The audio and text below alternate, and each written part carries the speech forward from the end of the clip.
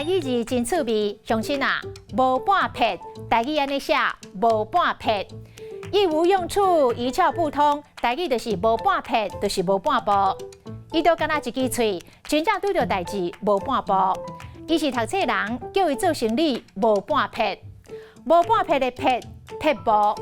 华语的诀窍、技巧、好方法，台语讲撇步。拜神求财的撇步真多，也毋过上重要的，也是心诚则灵，诚心恭敬，用心专一，自然就会灵性。市面上出真侪册，教人演讲的册名就叫做演讲的好撇步，教人写文章的册名就是作文的小撇步。无半撇的撇，好撇啊，雨刷。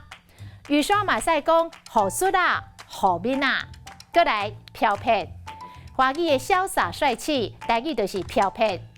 阿公少年的时阵，演头飘撇，有袂少查某囡仔对伊真痴迷。再来写毛笔字，即撇撇了真水，或者是写字乌白撇，或者是两撇喙手真性格，或者是国旗互风吹甲撇的撇的，拢是即字撇。上尾再来讲一个教育部台语教典的举例。你打扮得这么靓丽，你装甲这撇要去倒位？今仔日的台语字无半撇，实在真趣味。